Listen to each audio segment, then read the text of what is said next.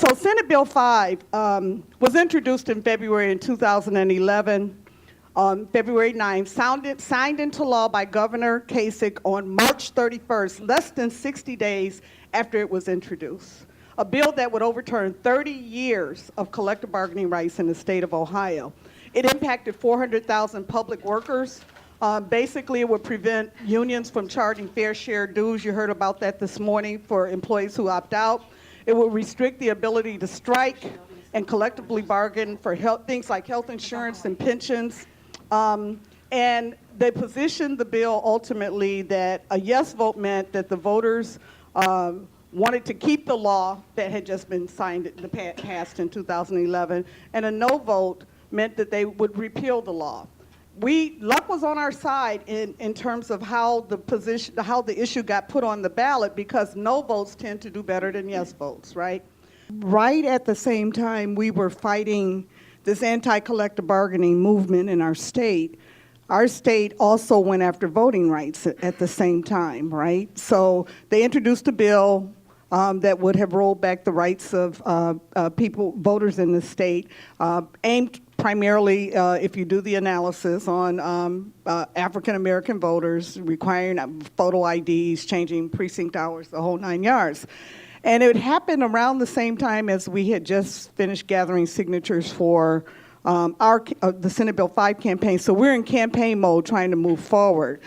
And as we're going out and having conversations with our allies and people in the community, and we're in cities like Cleveland and Columbus with large African-American populations, and people are learning that their voting rights have now been attacked, when we're asking for support for Senate Bill 5, they're saying to us, can we fight and try and repeal this voter bill at the same time, the way you all did with Senate Bill 5? And I will tell you, many in our coalition did not necessarily see that fight as their fight. Now, they're out asking for support from a broad, diverse universe of people to come to our fight. And here's a particular constituency, mainly African American, who are saying we cannot allow a voter suppression bill to pass in this state and go unanswered. And so we had this tug and pull, and I can remember talking to the head of the FOP, and he said, I'll be honest with you, PD, I'm not so sure my members will sign a petition to repeal this voter things. Many of them think voter ID is something that needs to happen. And so we had a long conversation at that table. And again, the ground rules were set that all ideas are on the table. No sacred cows, no holding back. Everybody's got a voice. And so as we continue to make the case, many of us who understood that they needed African American, because people were telling us, if y'all don't support getting these signatures to turn back the voter suppression bill, don't look for us to mobilize in the Black community, right? And so there was a long conversation. The leaders around that table didn't easily say, okay, forget it. But we had to get comfortable, because they didn't think we could win it, number one. They didn't think we could get the signatures for it. But as it turned out, being willing to take a risk to see whether or not we could broaden our coalition of support, not just around issues around collective bargaining. It was a lot on the line in that campaign.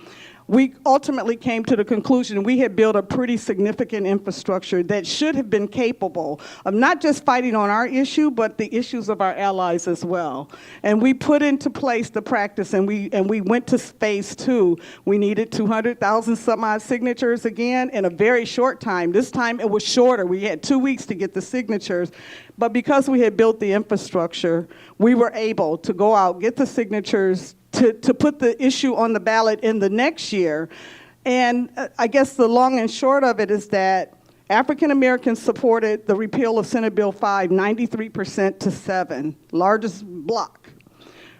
On the question and again, we're not the only ones looking at the results. The other side's looking as well. When we got ready to think about what would the campaign look like in terms of the repeal of the voter suppression bill, the people that passed the bill did something very unprecedented. They came back in session in 2012 and said, oops, we probably overreached. right? Because they witnessed the broad coalition of people who came to the support of fighting against collective bargaining. And I would just say, you know, we had to get comfortable because we weren't sure where that campaign was going, but we had a process, and the process was that we got to figure out how we fight on everybody's issues and not just a few leaders who traditionally make the decision for all of us in the state of Ohio.